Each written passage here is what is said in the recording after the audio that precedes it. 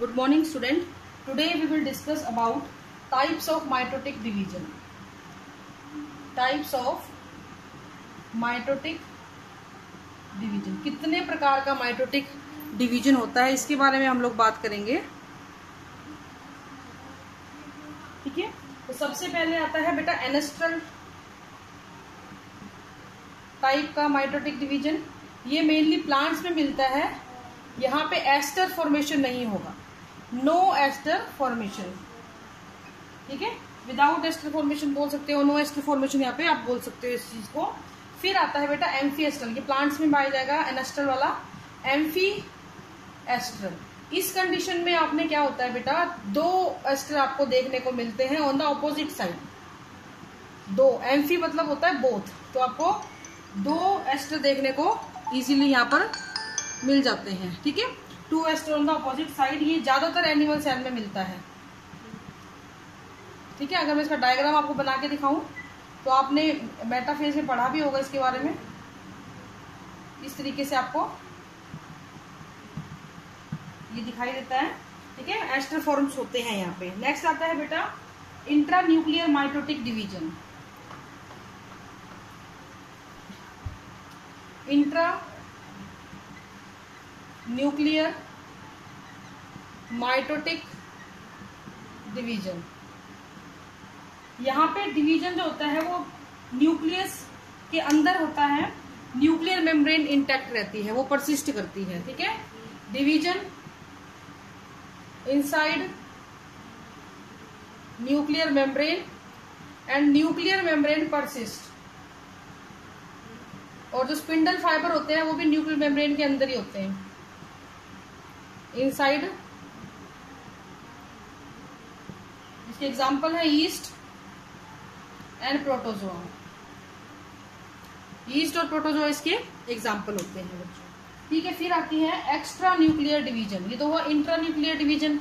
Intra मतलब with in और nuclear मतलब न्यूक्लियस. ठीक है. फिर आता है extra nuclear division.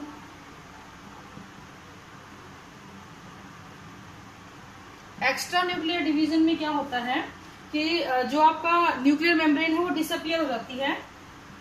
Nuclear membrane disappear. तो हमने माइटोसिस में पढ़ा भी है ये कि न्यूक्लियर मेम्ब्रेन पूरी डिसअपियर हो जाएगी. पूरी सेल के अंदर आपको सिर्फ और सिर्फ क्या दिखाई देंगे, स्पिंडल फाइबर दिखाई देते हैं. तो ये चीज जो है प्लांट में और एनिमल में आपको दोनों में देखने को मिलती है. न्यूक्लियर मेम्ब्रेन पूरी तरीके से क्या हो जाती है, डिसअपियर हो जाती है. इसको हम एक्स्ट्रा न्यूक्लियर माइटोटिक डिवीजन बोल देते हैं. फिर आता है बेटा एंडोमाइटोसिस. एंडोमाइटोसिस का मतलब ये होता है कि आपका यहाँ पे डुप्लीकेशन तो होगा, यानी कि रेप्लिकेशन ऑफ डीएनए तो होगा, लेकिन स्प्लिटिंग नहीं होगी. तो क्रोमोसोम नंबर डबल हो जाएगा. No splitting. तो क्रोमोसोम नंबर एबनॉर्मल हो जाते हैं. Chromosome number become abnormal.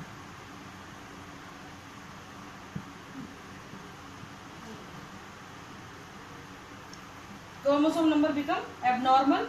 ठीक है. इसकी वजह से होता क्या है, पॉलीप्लॉइडी आती है. ये आपके सार आएगा डिटेल में. Poly means many, ploidy means chromosome.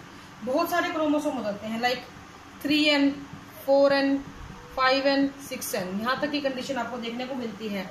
ट्राइप्लॉइडी, टेट्राप्लॉइडी, पेंटाप्लॉइडी, हेक्साप्लॉइडी. इस तरीके से आपको देखने को मिलता है. व्हीट इसका काफी अच्छा एग्जांपल है. पोटैटो वगैरह में भी इसको देखा गया है. तो इस तरीके से ये होता है. नेक्स्ट बच्चों आता है आपका free nuclear division. Free nuclear division से आप बिल्कुल इजीली समझ रहे होंगे कि यहाँ पे कैरियोकाइनेसिस तो होता रहता है. कैरियोकाइनेसिस तो चलता रहता है, पर नो साइटोकाइनेसिस. लेकिन साइटोकाइनेसिस यहाँ पर नहीं होता है. साइटोकाइनेसिस यहाँ पे नहीं होगा. तो फॉर एग्जाम्पल एक सेल है, इसमें न्यूक्लियस तो बनते रहेंगे लेकिन अलग अलग सेल जो है वो नहीं बनेगी. तो ये मल्टी न्यूक्लिएटेड स्टेज बन जाती है. मल्टी न्यूक्लिएटेड स्टेट बन जाती है. इस मल्टी न्यूक्लिएटेड स्टेज को हम लोग कोइनोसाइटिक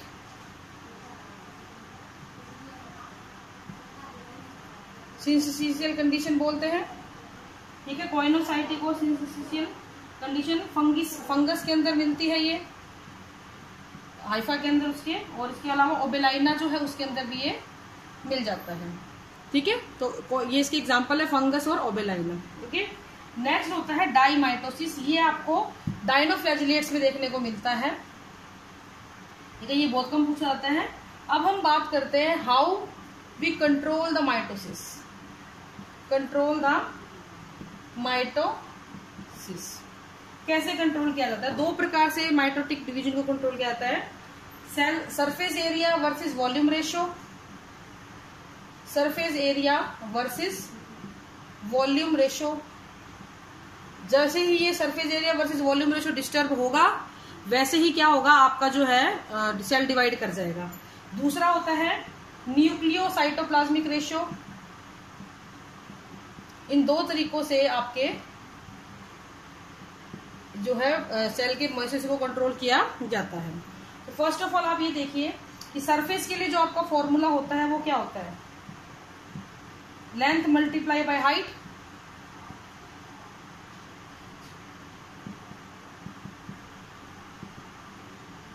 जबकि वॉल्यूम,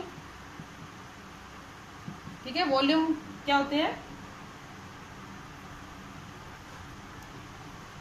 क्यूब का फॉर्मूला यहाँ पे लगता है, क्यूब होता है। तो कोई भी लेंथ है, हाइट है और डेप्थ है, तीनों चीजें इसमें कंट्रोल का काम आएंगी। ठीक है, तो फॉर एग्जांपल अगर आपकी सेल का जो लेंथ है वो 1 सेंटीमीटर है और हाइट भी 1 सेंटीमीटर है और डेप्थ भी 1 सेंटीमीटर है, इसका वॉल्यूम हो गया 1, तो ये सेल का वॉल्यूम क्या रहा, 1 रहा। अब हम बात करते हैं सेल के सरफेस एरिया की। 1 इसका लेंथ हो गई, 1 इसकी हाइट हो गई, तो 1:1 इज इक्वल टू 1।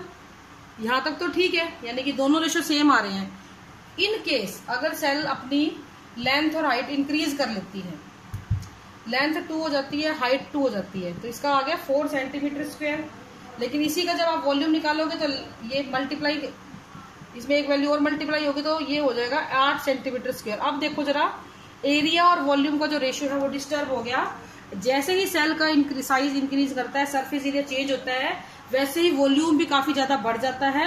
और इस डिस्टर्बेंस की वजह से क्या होगा, सेल को ट्रिगर कर दिया जाएगा towards the cell division. Cell trigger toward the cell division. तो इस तरीके से सेल डिवीजन हो जाता है। जैसे जैसे सरफेस एरिया बढ़ता है, वॉल्यूम भी काफी ज्यादा बढ़ जाता है और सेल को डिवीजन में जाना पड़ जाता है। दूसरा होता है न्यूक्लियोसाइटोप्लाज्मिक रेशियो। जैसे ही न्यूक्लियस बड़ा होता चला जाता है, वैसे वैसे जो होती है आपकी सेल को साइटोप्लाज्मिक मास के मुकाबले, तो इसलिए क्या होता है, इसको स्प्लिट होना पड़ता है। न्यूक्लियस बड़ा होगा, इंक्रीज करेगा साइज अपना as compare to cytoplasmic mass.